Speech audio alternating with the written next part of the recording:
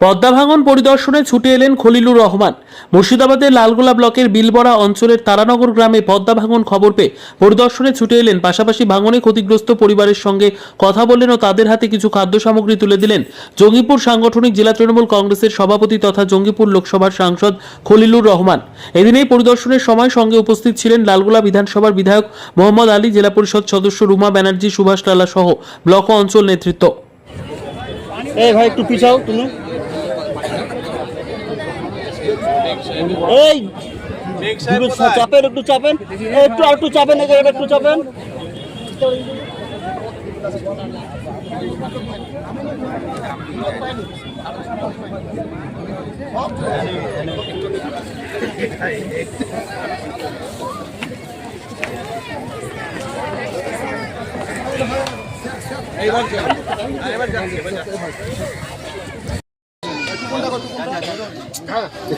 ওইদিকে কোনটা অন্য জায়গায় ওইখানে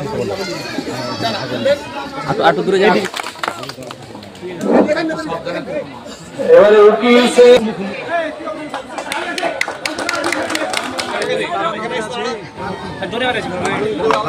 এই দাদা সামনে কেন আসছেন বলুন তো? বেরিয়ে যাবো, আমরা কি বেরিয়ে যাবো? কবার বলবো বলো তো? হট মেয়ে কি আছে?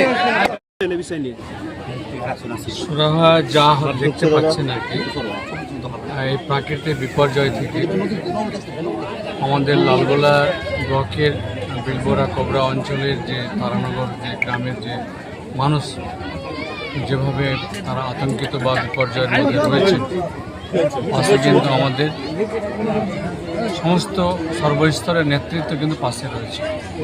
প্রথমত আমি এটা যেটা আজকে যা দেখছেন, যা তার কাজ আর কি, তার সবটা কিন্তু রাজ্য সরকার থেকে হচ্ছে।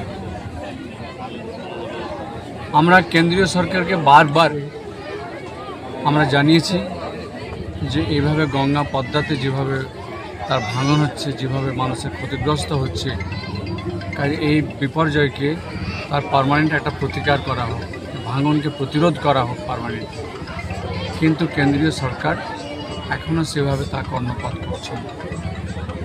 আমি এবারও 22শে জুলাই যে 18th লোকসভার যে প্রথম যে অধিবেশন, সেই অধিবেশনে প্রথমেই আমি এই ভাঙন নিয়ে কথা বলেছি। এই ফারাক্কা থেকে লালগোলা পর্যন্ত যে ভাঙন হচ্ছে, সেই ভাঙনে প্রতিরোধ করা। আমরা এতে একটু আগের দিকে দেখতে পাই যে 2005 সালে যে চুক্তি হয়েছিল আর কি কেন্দ্রীয় সরকারের সঙ্গে, সেই চুক্তি কিন্তু রাতারাতি এই বিজেপি সরকার 2017-তে তা উইথড্র করে দিচ্ছে, অর্থাৎ এটাকে বাতিল করে দিচ্ছে। আজকে যা দেখছেন, এত বড় এই যে ভাঙনকে আটকানোর জন্য যা যা হচ্ছে তা আমাদের রাজ্য সরকারই করছে। এবং আমরা সম্প্রতি দেখতে পেলাম যে এই যে 2024-এ যে জেনারেল বাজেট, তাতে বিহার সরকারকে এই ভাঙন প্রতিরোধের জন্য, এই বন্যার কবলিত এলাকার জন্য কয়েক হাজার কোটি টাকা দিলেন। অথচ বাংলার প্রতি আমরা শূন্য বা বঞ্চনার শিকার হয়ে থাকলাম। এখানে আমাদের কয়েকজন বিজেপির সাংসদ রয়েছেন, আমাদের বাংলায় বিধায়ক রয়েছেন, কেউ কিন্তু কিছু বলছেন না।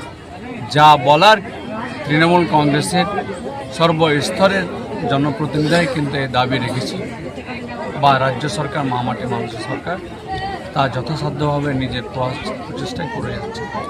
এই বাংলাকে এত বঞ্চনা করছে কেন? কি এটা আপনারা ভালো বুঝতে পারছেন, 2021-এ যেভাবে কেন্দ্রে বিজেপি পার্টি চেয়েছিল যে আমরা সরকার গঠন করব, তারা পারেননি। তারা বলেছিলেন আপকি পার 200 পার, এবং দিল্লি কলকাতা প্রতিদিন তিনারা যেভাবে আপ ডাউন করেছিলেন, তাতে সেখানেও তা কোনো কিছু করতে পারেননি। বাংলার মানুষ যে তিনাদের যে শুভ চিন্তাধারার মধ্যে দিয়ে 77-এর বেশি সিট পায়নি, সেটা আজকেও ধরে রাখতে পারেননি 77টাও। তো কাজে তাদের মনের মধ্যে আছে যে বাংলাকে কিভাবে বঞ্চনায় রাখা যায়, বাংলাকে কিভাবে তার উন্নয়ন আটকানো যায়, যে আমরা সবটাই হচ্ছে ক্ষমতায় আসার জায়গা। কাজে আমরা এই মুহূর্তে যে আমাদের কাজ রয়েছে, আমরা তারানগরবাসীর পাশে রয়েছি। পাশাপাশি এখানকার যে কোনো কিছু প্রয়োজন হয় আমরা সর্বতভাবে সহযোগিতা এখন তো তারা পাশাপাশি আমরা আমাদের যে রাজ্য সরকার রয়েছে এবং কেন্দ্রীয় সরকার আছে, আমরা দুই জায়গাতে গিয়ে আমাদের এই দাবি রাখবো, এই ভাঙনকে আটকাবো।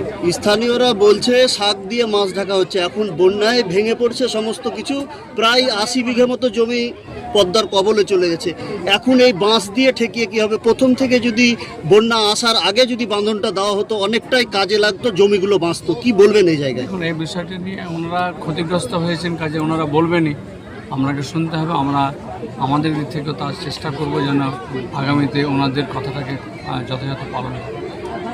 অনেক মানুষ তো এখান থেকে ঘর ছাড়া, তাদেরকে কোথায় রাখবেন আপনি?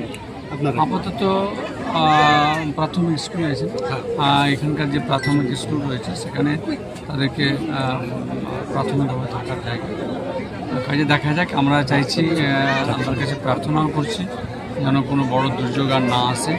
হ্যাঁ, যা হয়েছে হয়েছে, আর যেন আল্লাহ কাউকে কষ্ট দিও না। হ্যাঁ, সকলে আতঙ্কে রয়েছে, এই আতঙ্ক থেকে আল্লাহ পাক কোনো বের করে নিয়েছে, নিজের পরিবারকে নিয়ে যেন থাকতে পারে, আর তার দোয়া আমরা পাচ্ছি। পাশাপাশি আমরা তারানগর পাশে রয়েছি, এটুকু আপনাদের মাধ্যমে জানাচ্ছি।